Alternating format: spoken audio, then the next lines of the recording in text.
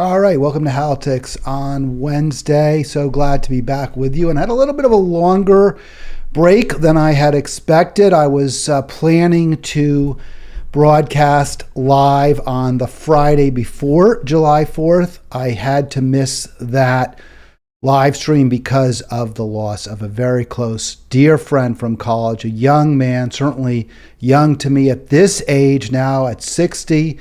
He was just 59, suffering from ALS, Lou Gehrig's disease, and our thoughts, our hearts are with my very dear friend from Wesleyan and his wonderful wife, who was there with him for so many years and made his life so much easier at the end when he was indeed suffering physically. His wonderful adult children who have made such successes of their lives as well. So my thoughts are with that wonderful family, and I will visit them again soon. Then I was away for six weekdays, so I missed the following week, the July 4th week, as well as 2 days ago, Monday. Yesterday, we were stuck in Seattle until the morning and flew back late. So I was unable to broadcast Tuesday yesterday, which was my plan. So that's why I missed a couple shows. I do apologize. You can see how beautiful it is. That is the Olympic Peninsula. That's where my wife and I had just a tremendous time. I hope you'll join us, by the way. You'll join me, not us. Well, us meaning this group, who are watching Halitics. 240-363-7190. If you're watching me live, it should show live on your YouTube channel if that's where you're watching. And I really do feel that this program, the goal of the program, to make a difference, to make a change, to bring about a sustainable world. Obviously not me alone, but working together to work towards a sustainable economy where everyone has enough and no one has too much. That's clearly not where we are right now. If you recognize that view that's on your screen right now, those beautiful mountains, that is looking north from the summit, the peak of Colonel Bob in the Southern Olympic Range, on the Washington Peninsula there. And it was quite beautiful, but the snow not as deep, not as much. The glaciers receding even more. I mean, 13, 14 years ago, they were several feet deep on those mountains all the way down into the valleys. Now just a dusting on top, and there more of that snow will melt over the next month or so. This is tragically, sadly, the result of human action, human activity, the climate cataclysm, as I am wont to call it. And it is especially painful when you're there in the wild, or what is as wild as it gets these days, to see. But we really did enjoy our hiking, our climbing there. You can see a little bit of a haze too. Again, that haze, so many more vehicles, the car exhaust, the auto exhaust, contributing to that haze rather than the super clear air. And you'll see a couple more pictures which are a little clearer, a little cleaner than that, so you can see what it should look like when we had a nice offshore breeze to keep the air as clean as it could be in these times. Those of you who might say, well, Hal, you're being a bit of a hypocrite, it's kind of your part of the problem. And I used to hear this a lot when I was commuting back and forth between the East and West Coast, that I talked a good game about the climate crisis, but yet I still traveled by plane. And I felt it was a little bit unfair. I was taking public transit. I was doing the best I could to keep a progressive radio station going, and my family as well. So I never thought that criticism was particularly fair, but I will cop to it today. Yes, I did not need to fly with my wife to the Washington Olympics Peninsula. Did not need to do that. That was something I chose to do, and it was not ideal. The flying does indeed increase emissions. And you might say, well, the plane's going to be in the air one way or the other, so it doesn't really matter, right? Because you're in the plane's going to fly, it's going to generate those emissions when we're there. No, when there's a 150, 160, 200 pound person in that airplane, then that plane is going to burn more jet fuel than it would if that person were not in that plane. So yes, by being on the airplane, by flying, I'm part of the problem. And when I talk to a ranger in the park there, actually it was in the forest, I believe there's a Forest Service or Park Service, maybe she was with the park, I can't recall now, Birdie. And by the way, shout out to you, Birdie. Really enjoyed that conversation there right across the road from the beach. You told us, hey, the air was always so clean, so pristine on the Olympic Peninsula, and now with just the influx, the increase in tourists, the drivers of vehicles, the air is not as clean, not as clear as it was, even, she said, pre-COVID.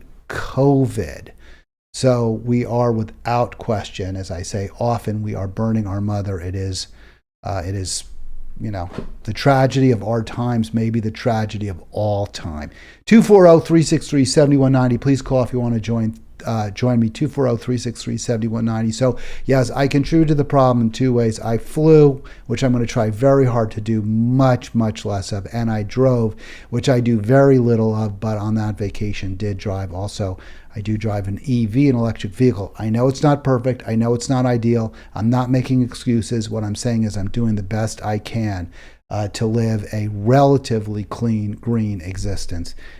So if you want to accept that, go ahead. If you don't, then that's fine too. If you don't accept it, though, give me a call, 240-363-7190. I want to show you some more pictures. This is a beautiful picture of the beach there, right on the ocean in the Olympic National Park. And I can't recall what exact town. I think that may be Beach 4. I think that's what they call it, Beach 4. And you can see one figure far to the right. It was pretty crowded, but I was able to snap that shot without any people in it. Want to show you some more mountain pictures. So here, and I think you get a sense of this, and I'm not doing this like as a travelogue, but I want you to see where you really get a vibe for how the climate cataclysm has really negatively impacted on beautiful areas of our country. So this is, again, the Olympic National Park, and this was Maiden Peak, I believe. This is the summit, or as we're getting to the summit, it wasn't the summit, but close to the summit of Maiden Peak in the park there. And you can see, and let me transition it over there. If you look at the top of the foreground peaks, you can see there's a lot of area. Maybe you can see that mouse cursor. I don't think so. Let me see if I can show you the cursor, because I do take it off. But here it might be worth seeing it if I can show it. Maybe I can't. So we'll leave it off because I don't really feel like playing around and losing it. But yeah, here we go. Let's see if we can get that cursor. Okay, so. Maybe you can't see the cursor, but right over the foreground mountains, you can see a lot of sort of darker gray and lighter gray areas along the ridges and at the very top, and some darker areas too. The lighter gray is where the glaciers were. And now you can see just a little dusting in a few areas. That is looking south from Maiden Peak. So that's the north side, the north face of the mountains. That's why you see snow. On the south side, there's no snow at all. And so much of that snow is gone. The glaciers are gone. You can see down in the river valleys or the creek valleys coming down the mountains, where there used to be a lot more water all summer from the melt from the glaciers, but now there's much less water because there's less snow and less glaciers, and they're facing some hard times there. It's drier than it used to be. The climate is absolutely changing in the Olympic National Park, one of the less impacted areas by humans, and yet still facing a significant impact by human activity. So we're clearly, visibly in our lifetime, in the past decade, causing massive trauma to our Mother Earth, and it's tragic. I have no other word to say it. I have no other way to describe it.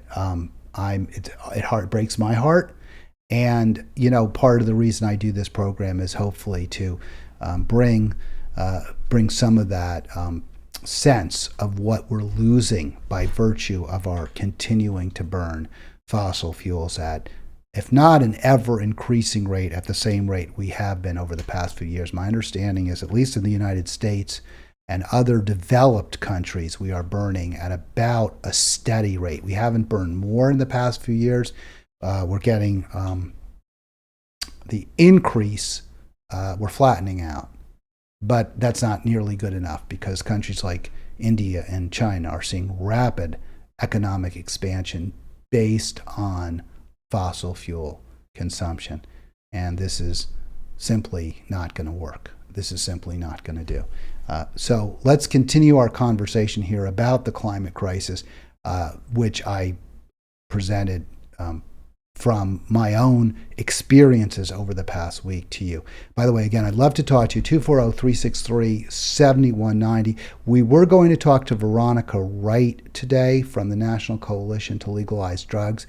Veronica was scheduled yesterday. As I mentioned, I had to put that off because of my flight cancellation Monday night. And Veronica was going to try to make it today. She couldn't make it work. So she'll be with us Tuesday, and we'll talk about a forum that she is convening here in Montgomery County, where I currently reside. So we'll talk to Veronica about that from National Coalition for Drug Legalization. The link is in the program description for today. I want to get to that climate crisis report. This is actually going to be from ABC News. But before I play it, also do want to remind you, please do click like and click subscribe. We're seeing the subscribers number slowly increase. My goal, maybe it's too lofty, maybe it's too optimistic, is 1,000 by the end of the year. I'm not giving that up by any means. We are seeing an increase, and all we need is a few big hits, and we'll get right up there in the numbers we're looking for. All right, let me get to this video here. This is ABC News, and I commented when I was away, when I was in Washington State, that I was watching a Meet the Press, so corporate media, corporate news, with Chuck Todd, and how little I got out of it. So you might say, well, why are you playing something from ABC? And actually, you'll see why I'm playing it. They give you the information, but they leave something very, very critical out. Here we go. That extreme heat and severe storms on the move right now. Earth reaching its highest temperature on record for a fourth day in a row. 10 million Americans are under warning for extreme heat this morning as tornadoes touch down in Colorado with softball-sized hail wreaking havoc. Ginger is tracking the latest for us. Good morning, Ginger. All right, let me just stop that for a sec. So just to reiterate, 4 days in a row of the hottest temperatures ever recorded on Earth. And of course, I know it's only going back to 1880, but the reports are that these are probably the hottest days this planet has seen in 100,000 years. Also, I would simply note, 1880 was 143 years ago. So we have 143 years of pretty good records, pretty darn good. The odds of having 4 consecutive days that are the hottest ever, they've got to be astronomical unless there's some factor. In other words, they would never happen randomly. And we do have a factor. We have El Nino, which Ginger will tell us about in a moment. But we've had lots of El Ninos between today and 1880. And yet, the 4 hottest days ever were just last week. Hey, Michael, right down the road from us in Tampa, Florida, the hottest start to the year on record. Also, that consecutive 4th day of tying or breaking Earth's hottest temperature as measured by human instruments. Oh, and then the tornadoes and landspouts. Take a look. The high plains of Colorado spinning. At least 4 reported tornadoes and landspouts. Hail up to baseball size pelting Highway 50. Coating the roads. This windshield destroyed. All of this just hours after storm chasers captured this funnel, looming near Bennett. And here you can see a land spout spinning in Aurora. In Arkansas, flash floods swamping yards after up to 5 inches of rain fell. And this morning, through most of the country, that blistering, record-breaking heat raging on. In Florida, triple-digit temperatures setting new daily highs day after day. It's a little too hot here, like I'm gonna pass out. After a chilly spring, summer now coming in hot in Phoenix, Arizona. Our affiliate, KNXV, reporting in that dangerous heat. Here in Phoenix, the temperature has reached or exceeded 110 degrees for 7 straight days. When you talk about temperatures on the pavement, it can reach 150 degrees, and that can cause first-degree burns on the human skin in a matter of seconds. Hey, buddy. Hey, can you hear me, man? And near Tucson, newly released video capturing this helicopter rescue by U.S. Customs and Border Protection after 2 people were suffering from heat stress. So many of you will say, come on, it's summer. Well, Fort Myers, Florida won't say that because for the last 2.5 years, every month, save one, has been above average. Heat advisories today are north of us. Jacksonville could feel like 107. It's still hot in Texas. Birmingham, 93. The feels like in Philadelphia, 95. And then go out west where that heat is building and going to stick for the next couple weeks. We're talking about a real heat wave. Phoenix will be at 118 as we go through the week there. Dallas stays above 100. Big deal, guys, for so many folks across the nation, Whit. Sure is. Brutal heat. All right, Ginger. All right, so there it is, and they did a really nice job with that. The only thing, you never heard the term global warming, climate change, climate crisis, greenhouse gas emissions. Not once was that mentioned. But she did allude to it when she said, well, some of you might say, come on, guys, it's summer. And then she said, but not for the folks in Florida, in some town or island on Florida. I forget which one it was. So they're clearly saying it without saying it on ABC, but they're afraid, they're reluctant. Now, I'm not sure whether it's because of fear of advertisers, fear of blowback from right-wingers, fear of climate crisis deniers, but they're not prepared yet to flat out say, hey, the entire planet is heating up at record levels at an accelerating rate. We just had the 4th hottest day in a row ever recorded on Earth. The temperatures are so hot in some places it can burn your skin within seconds. We're getting extreme weather conditions, all of which is completely consistent, of course, with what scientists have been saying is going to happen as a result of the climate catastrophe, the human-caused climate catastrophe. I wanted to play that video for you for 2 reasons. One, because yes, Good Morning America did a real nice job. I mean, they absolutely did. They gave you a boatload, I was going to say shitload of information, valuable information, but they also didn't say the C word, right? They didn't say the GHG words. So you can see why even now there's reluctance.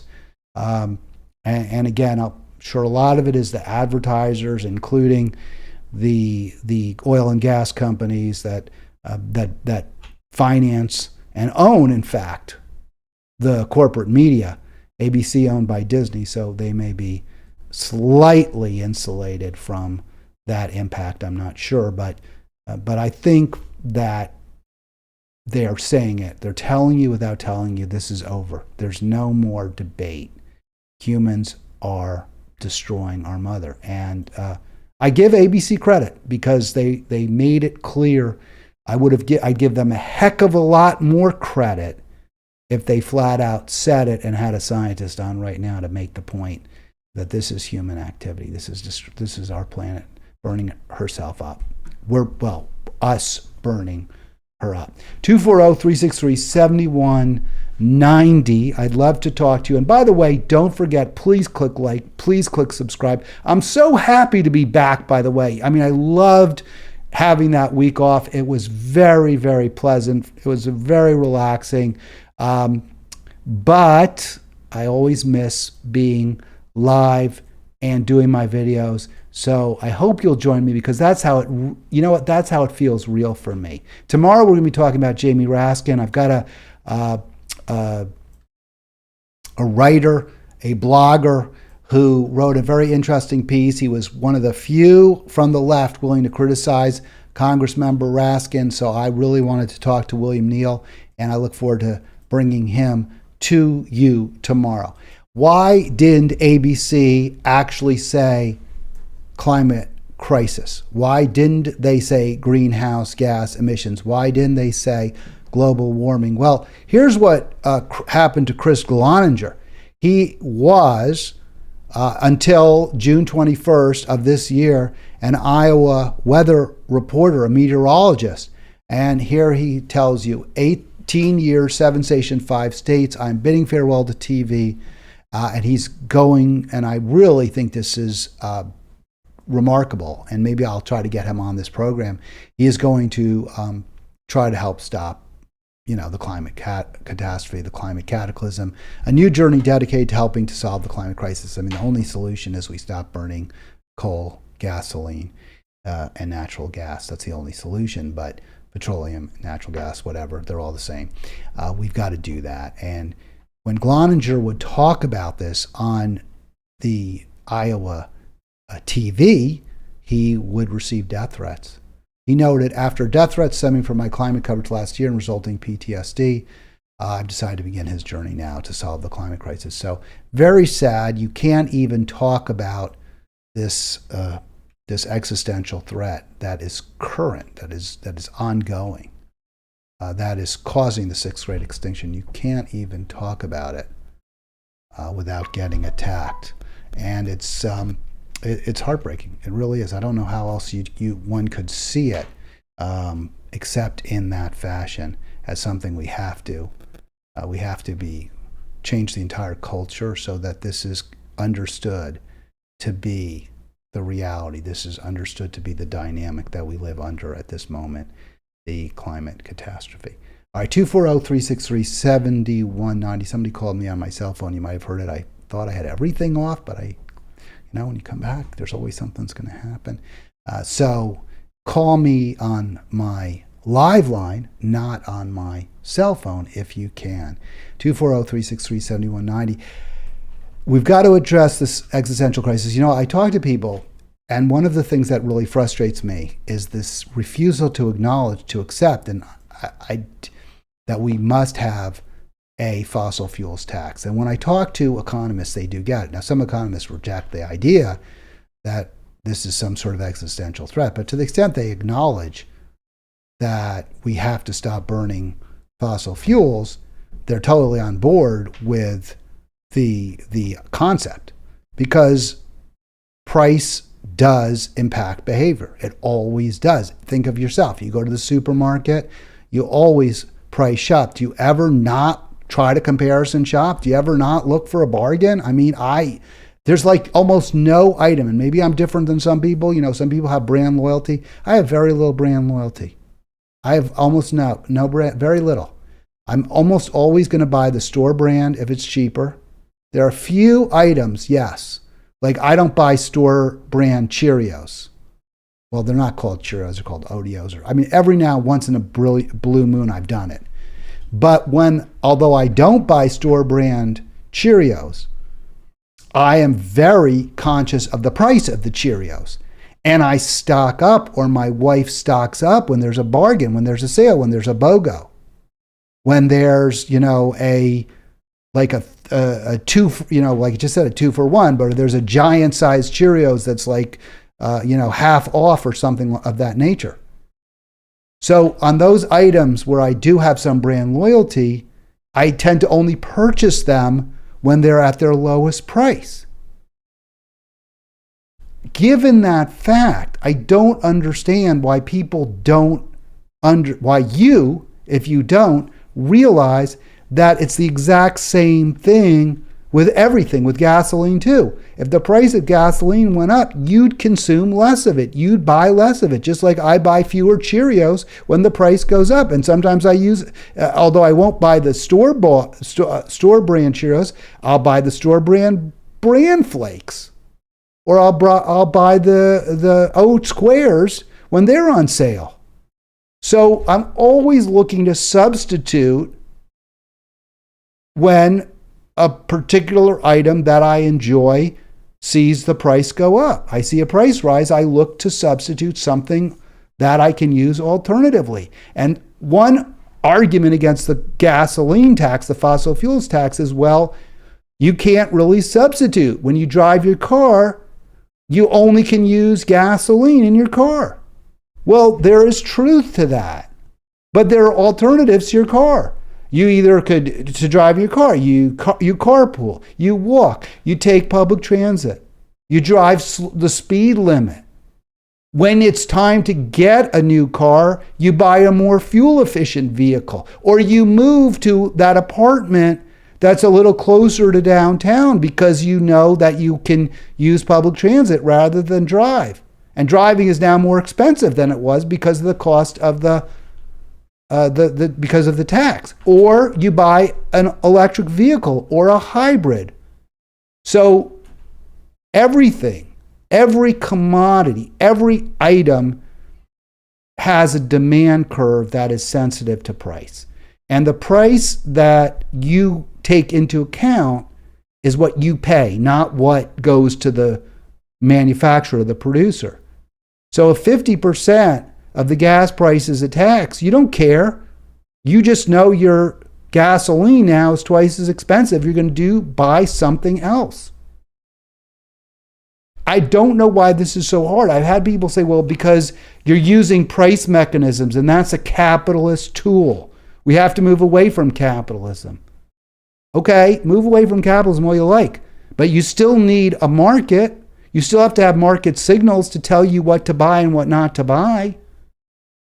Even in communist countries, there are some items, there's prices, they still use money, they still have rubles in Russia. They still had rubles in Russia 50 years ago under communism. So I don't really get the argument against it. I've never heard a compelling reason against it, except, well, it's not fair to poor people because they'll pay more as a percentage of their income than rich people. That's a great argument. That's a super compelling argument. Yes, the fossil fuels tax will absolutely reduce consumption very, very quickly. And the higher it goes, the more it'll reduce. And we need to reduce consumption to save the planet. But yes, poor people will suffer unless we use that money to return it to them, unless we give it back to them as cash. And then they won't be poorer than they were. The response then is, well, then they'll buy gasoline. No, they won't, because the gas will still be relatively much more expensive than it was before. You still have a limited amount of assets. Why would you spend on gasoline? You'll spend it on anything else but gasoline. All right, given where we are, given the existential threat we are clearly facing as a result of the climate catastrophe, and given that our president has green-lighted more fossil fuel projects, more drilling than the president before him, who is roundly hated by everyone that I know, given that fact, given the fact that the current president green-lighted the carbon bomb, the Willow Creek, in the Arctic and the Mountain Valley Pipeline, it would seem we really need to go in a different direction when it comes to presidents. And given that we're involved in a horrible war, a bloody war of attrition, where our troops are not, thankfully, being killed, but others are in the hundreds of thousands, it would seem clear we need an alternative to this president. Let's listen to him. You have news. The news is that the administration is going to provide cluster munitions to the Ukrainians. These are weapons that 100 nations ban, including some of our closest NATO allies. When there was news that the Russians might be using it, admittedly against civilians, your then press secretary said this might constitute war crimes. What made you change your mind and decide to give them these weapons? Two things, Fareed, and it was a very difficult decision on my part. And by the way, I discussed this with our allies, discussed this with our friends up on the Hill. And we're in a situation where Ukraine continues to be brutally attacked across the board by munitions, by these cluster munitions that have dud rates that are very, very low, I mean very high, that are dangerous to civilians, number one. Number two, the Ukrainians are running out of ammunition. The ammunition that they call them 155 millimeter weapons. This is a war relating to munitions, and they're running out of that ammunition, and we're low on it. And so what I finally did, took the recommendation of the Defense Department to not permanently, but to allow for in this transition period where we get more 155 weapons, these shells for the Ukrainians, to provide them with something that has a very low dud rate. It's about one, I think it's one. No, I'm going to stop it right there. So I was thinking about that dud rate issue because I was a little confused by that. So I guess the danger with the high dud rate is that the bombs don't explode upon impact, but they're still live, and so civilians, people could come across them and get killed. So he's saying our dud rate will be a lot lower. I saw a colonel later on say, well, the dud rate will be higher than 1%. It'll be well over 1%, and that's considered to be the maximum that might be all right. I'm going to show a video of those cluster bombs in a moment, and they're very, very terrifying. They're clearly should not be used. And the argument you'll hear, well, the Russians are using them. The Russians are, so if they're using them, it's okay for us to. This is an opportunity.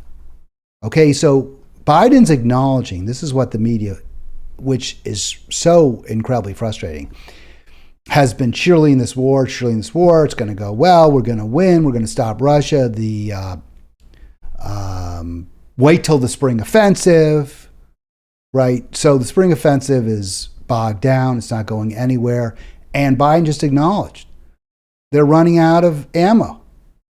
So what are we going to do? Let's just keep the war going. Let's just keep it going on and on and on ad nauseum.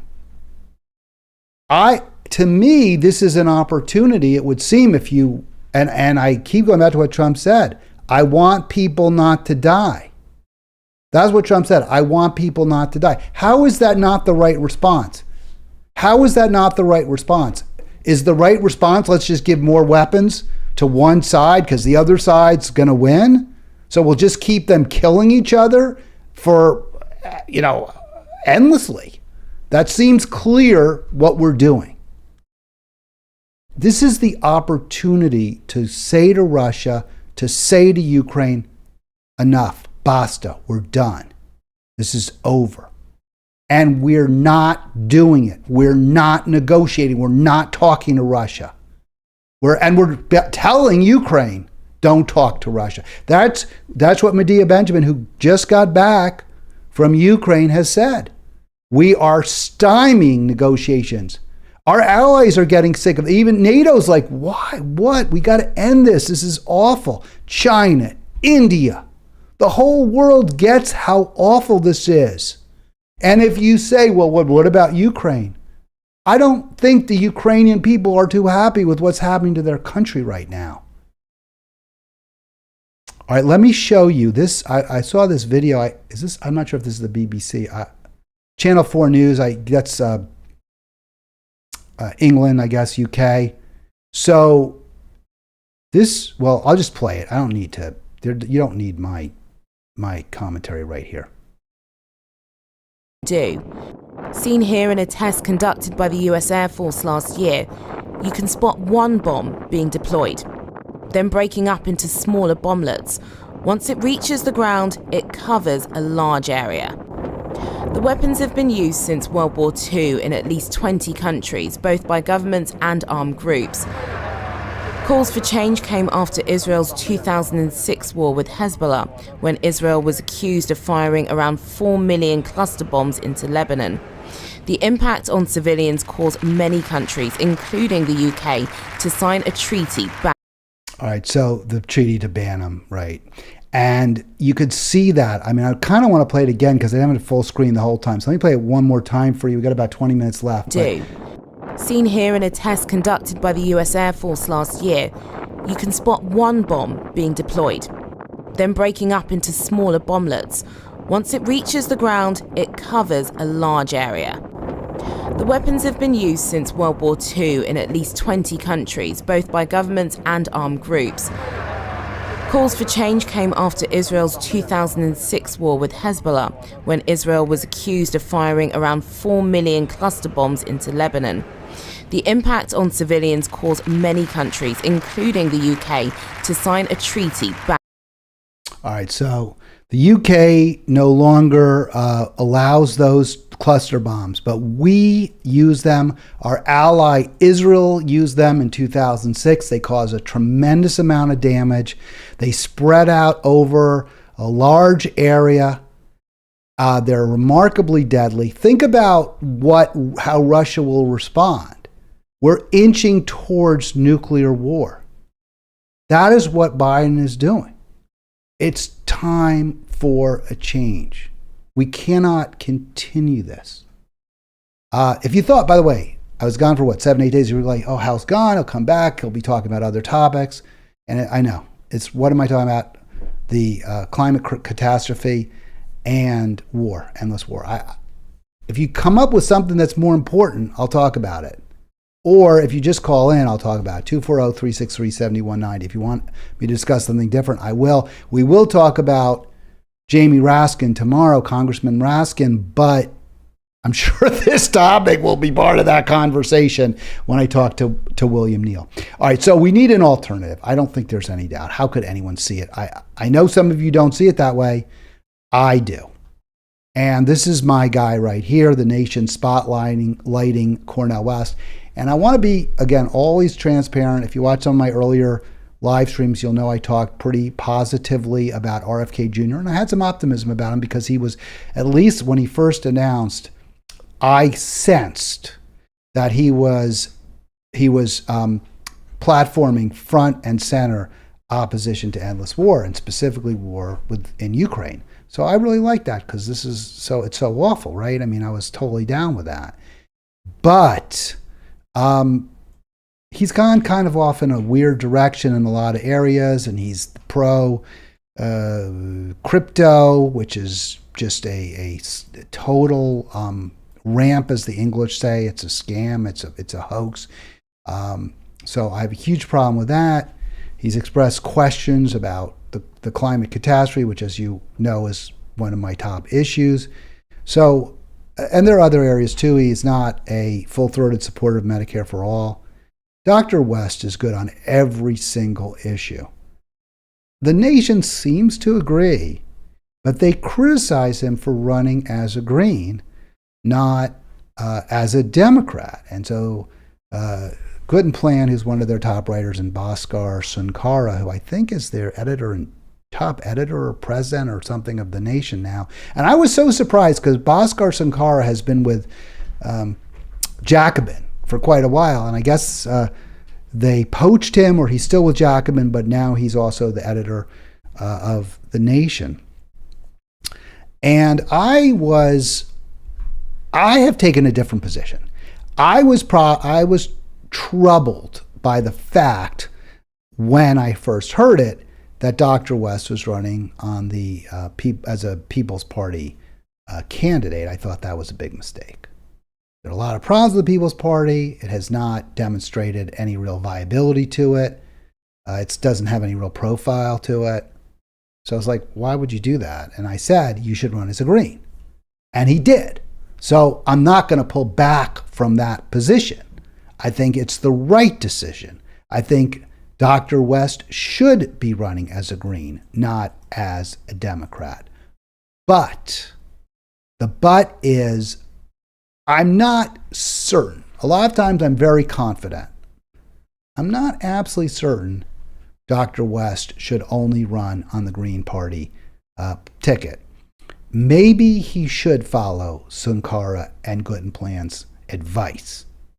I don't think they're completely right. I think they get some things wrong in their article, which we're going to go through in some detail over the next 10 minutes or so. But I'm intrigued.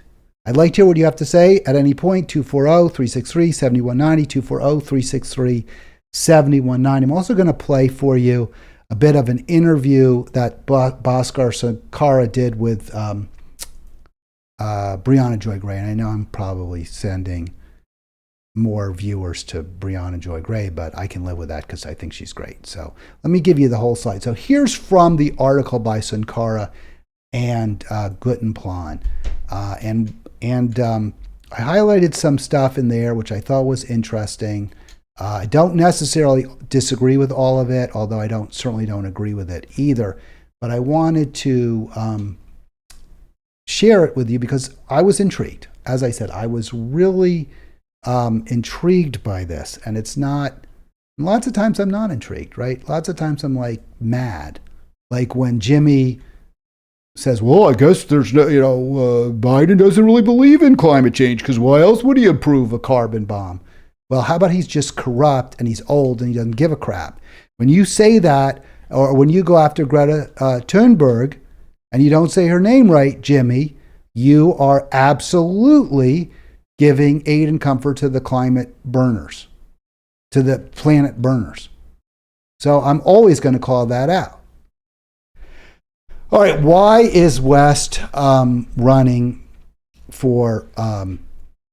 why do Sankara and Guttenplan say he should run as a Democrat? This is the writing is a little bit hard to understand, so I'm going to really try to clarify it for you because they are absolutely set on the notion that Dr. Cornel West should run in the Democratic primary. And here's why they say that. The reason for West's choice, that means the choice that they believe he should make.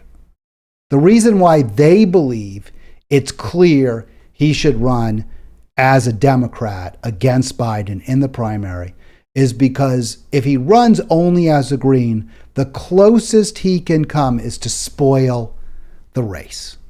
To spoil the race for Biden and elect Donald Trump. And if Donald Trump remains in serious contention next year, that is a risk no progressive can dismiss. So what they're saying is if Trump is the candidate, or if he's likely to be the candidate, no progressive can possibly risk. You can't take a chance. You could possibly elect Donald Trump. He's a fascist. He's horrible. He's evil. He's the worst president we've ever had. No. You cannot do that, right? That's what Guttenplan and Sankara are saying. I mean, it's ridiculous. I mean, we've already been through this. In some ways, I don't see how you can make that statement definitively that Trump is clearly worse than Biden. Trump is saying we need peace in Ukraine. Trump actually approved fewer oil and gas projects than Biden did. Now, believe me, this is no defense of Trump, and I am very afraid of Trump. And what happened on January 6th is very scary. And if it was a choice between Trump and Biden, I will not vote for Trump. I might vote for Biden. I haven't decided yet. But to say you can't take a risk, I mean, I would say then the same argument goes, and then to vote, given that we're facing endless war, given that the president just approved distributing more cluster bombs to Ukraine, he doesn't seem to get his responsibility is to try to broach peace. I would say, yeah, we can't risk voting for Biden either. We can't risk helping elect Biden either. So I reject that argument altogether. I don't think it's sensible. It doesn't work for me. Then they go on to say they admit all the areas where Biden's been a disappointment. So here we go. The fact that Biden's first term has matched every success with disappointment, well, I don't know what the successes are. He did get us out of Afghanistan, so I'll give him that. That is a success. That's one of the successes. Not sure what the other ones are, but I'm sure we can. Climate and industrial policy initiatives with Inflation Reduction Act, which was a shadow of what it should have been. He has been marginally effective. A friend of mine, a friend of the show who's been on before, made the point to me, and I totally accept this, that Biden's been pretty good on antitrust. And that is good. So apparently there's more competition in the tech industry than there has been recently. So that's really good. Meta, Facebook is now competing more aggressively with Twitter. So that's a good thing. So I'll give him that. But to say the choice between 4 more years of Biden or Trump is not difficult, I say that it's a terrible choice. They're both bad choices. They're both bad choices. So they continue, though, they say that if there ever was a president in need of a left opposition, it's the longtime centrist now in the White House. So that's true. We absolutely need, although it would have been nice to have opposition to, Obama too, right? And Bernie talked about it, didn't do it. It would have been really, really nice. I would have really welcomed it. We didn't get it. All right. So back to the article and why Sankara and Guttenplan say what RFK Jr. should be doing is competing in the Democratic primary. And they make some arguments. Instead of taking his bat and ball and retreating to the margins. So they're saying, yes, running as a Green would be marginal. You'd be a marginal candidate. I think that's fair. I think that's accurate. And we wouldn't really hear much about him as a Green, right? At least if we hear anything, it won't be for another year until after the conventions. And we know who the candidates are going to be, Trump or DeSantis. By the way, there was something that struck me about that point. If Trump's the nominee, then no progressive can risk helping elect him by being a spoiler. But what if DeSantis is the nominee? DeSantis is probably worse than Trump. DeSantis is definitely more pro-war than Trump. DeSantis, I don't see any reason to believe DeSantis wouldn't be a worse president than Trump. So the argument is somehow that Trump is this unique danger to our country. But really, he's not unique. He's no more of a danger or less of a danger than some recent presidents we've had. So I don't, I mean, the January 6th was bad. That's the strongest argument they have. Even if you look at his justices, Gorsuch and Kavanaugh are not the worst justices. The worst justices are Thomas and Alito. And those are not Trump justices. All right, so what Guttenplan, get back to Guttenplan and Bhaskara. I know I'm saying his name wrong. I'm really sorry about that. Let me make sure I get it right. Now, I've got to get that name right, so let me see if I can get this right. It's Bhaskar Sunkara. I'm sorry, Bhaskar Sunkara. So what Bhaskar Sunkara and Guttenplan are saying is that we can't take the risk of helping elect Trump, and I would argue that we can't take the risk of helping elect Biden either, and we also can't take the risk of helping elect DeSantis. They're all terrible. What the authors are saying is he shouldn't let RFK Jr. be the center of the opposition to Biden. And I think that's a fair point. I would much rather have West be the center of opposition. So I agree with you. And so what they're saying is he needs to mount a real challenge, offering the radical solutions he's always championed, including on war and peace, which we believe this country desperately needs. All right, with you there. But I get the argument against it, which is West says, I'm not a Democrat. I don't support the Democratic Party. The Democratic Party is in and of itself a huge part of the problem. If I'm a Democrat, I can't be part of the solution. That's his response. He would say, furthermore, if I ran as a Democrat, I would be just as marginalized as I am now.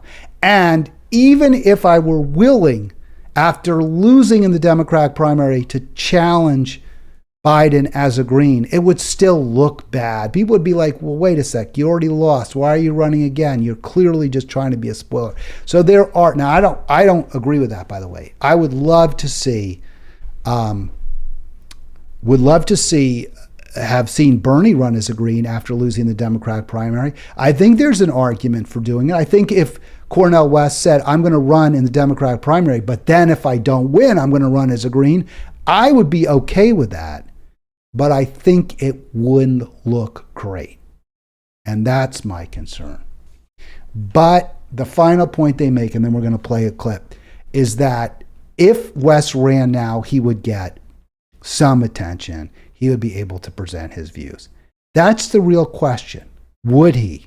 Would he be able to? Would the media platform him at all? They have platformed to a degree RFK Jr., but then so have they platformed Dr. West. Dr. West was on Laura Ingram's program, and RFK Jr. was on he was also on with Carlson, but Carlson's off the air now, so he's not going to get any more opportunities there.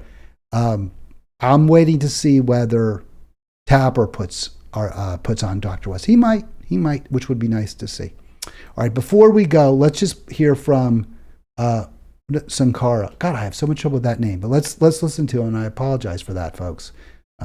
Names are important, and they should be said correctly. So here he is with Briahna Joy Gray, and I think when you listen to him, if you had enthusiasm for a Democratic primary run by Dr. West, you'll lose some of that enthusiasm.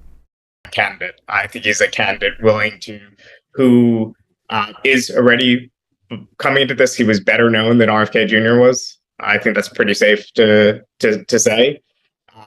He's obviously. Right. I don't think I agree with Briahna Joy. I don't think that's safe to say. I'm not sure who was more famous, RFK Jr. or Dr. West. I think they were both known in some circles, but not that well known. Now, not as well known as RFK Jr. He'd be, I think, better able to get his message out, use the media circuit, discuss his role as someone who's involved in the two Bernie Sanders campaigns and who wants to continue the message of Bernie Sanders, discuss what it means for him to self-identify as a democratic socialist and be a part of that tradition. And to me, that's incredibly valuable. And I'm looking at his actual campaign, and I'm not seeing him really out there. You know, I'm not seeing him really doing what I would guess that a Cornel West campaign would be able to do for the left. Like even from his launching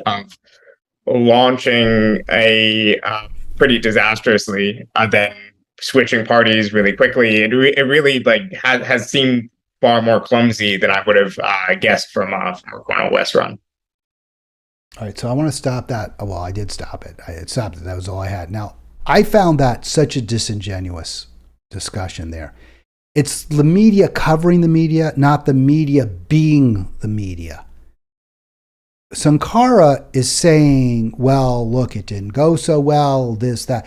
Why don't you then cover Dr. West? You're saying he's not going to get a lot of coverage. Well, why don't you cover him? You're the editor of The Nation. You're an editor of Jacobin Magazine. Why don't you cover him if you think, there you go, if you think Bhaskar Sankara, that he is such a, has a lot of really great ideas and we need him, why aren't you covering him in Jacobin instead of talking about how he's not getting coverage and he's not being heard the way you think he should be heard? Why don't you hear him out? Why don't you promote him rather than challenge his particular? Now, it's fine. You could ask him that question yourself, have the conversation with him, but platform him as much as you possibly can all the time.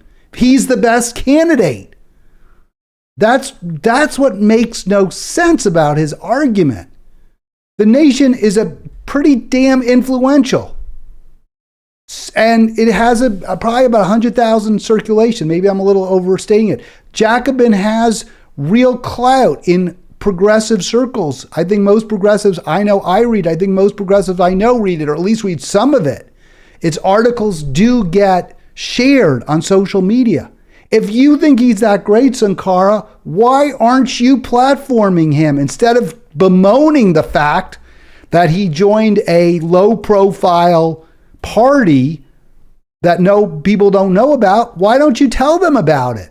Why don't you tell them about the Greens? I agree with much of that, but I guess I'm just not seeing what that has to do with him running as a Democrat. I think he will be taken less seriously as a Green Party candidate, because the Green Party is not, at the moment, a party that has been able to successfully advocate for working class interests in any form and any point in history in the United States. I think. All right, so she's going to push back on that, but I want to just get through this quickly. Again, if you think that this is the right even if you don't think it's the right vehicle, but you like the candidate, why don't you promote this organization? Why don't you promote him as the candidate, Dr. West, if you think he's the right one for it? You seem to, since you want to run as a Democrat. You think he'd be the best candidate as a Democrat. So why don't you tell your readers that they should consider voting Green? In most parts of the world, it's a party whose message How on earth are you going to change that? How on earth are you going to change that if he wants to put all of the goodwill that he has earned over a lifetime and a career and tie himself to the Democratic Party, which is not also, I mean, you can argue about some point in history, but today, in many people's eyes, is not advocating for the interests of working people in the least, or is doing the absolute bare minimum it needs to do to be able to hold itself out as better than the alternative, the Republican Party. Yeah, I think well, I mean, I think it's clear the Democrat Party is working against the interests of working people, just a little bit less obviously in certain ways than the Republican Party. The Democratic Party has basically been useless since 1972 or so. I don't know So I'm going to stop it there. So you can see that he gets that, right? I mean, there's no argument. He says they're useless. I'd say they're worse than useless, at least since Jimmy Carter was president. They've been worse than useless. They've actually promoted harmful policies that have made life worse for most people. I want to get rid of that thing there. I don't know why it's showing that, but I can't seem to get rid of it on your screen, so I apologize for that. Again, you have influence, Bhaskar Sunkara. Why don't you use it to promote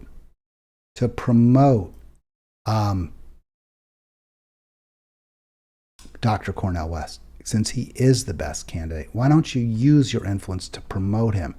And I'll tell you, if you watch that video closely, you can see Sunkara's really nervous. Like, he's sweaty. It's hot out. Look, I get it. It's probably hot wherever he is.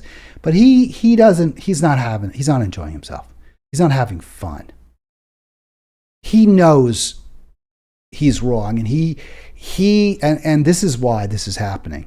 Because even though he's with pretty far to the left, at least in this country, journals, Jacobin and The Nation, they are not prepared to break with the Democratic Party. They're just not. They won't do it. They have too much. The Nation relies heavily on contributions from readers, and they have too much at stake to cut their ties with the Democratic Party. And if they did, if he came out and said, you got to vote for the Green, you can't. The Democratic Party is it's not just a waste, it's a cesspool. It's a swamp. It's toxic. If he came out and said that, he would lose a lot of contributions to his magazines. He can't do that. Can't afford it. Because the people who contribute are rich. They're deep-pocketed. They may be progressive on a lot of issues. They may believe in a woman's right to choose. They may support gay marriage, all those things. They may even support somewhat higher taxes on the richest people. But they're not ready for true progressive governance where everyone has enough and no one has too much. They're not ready for that.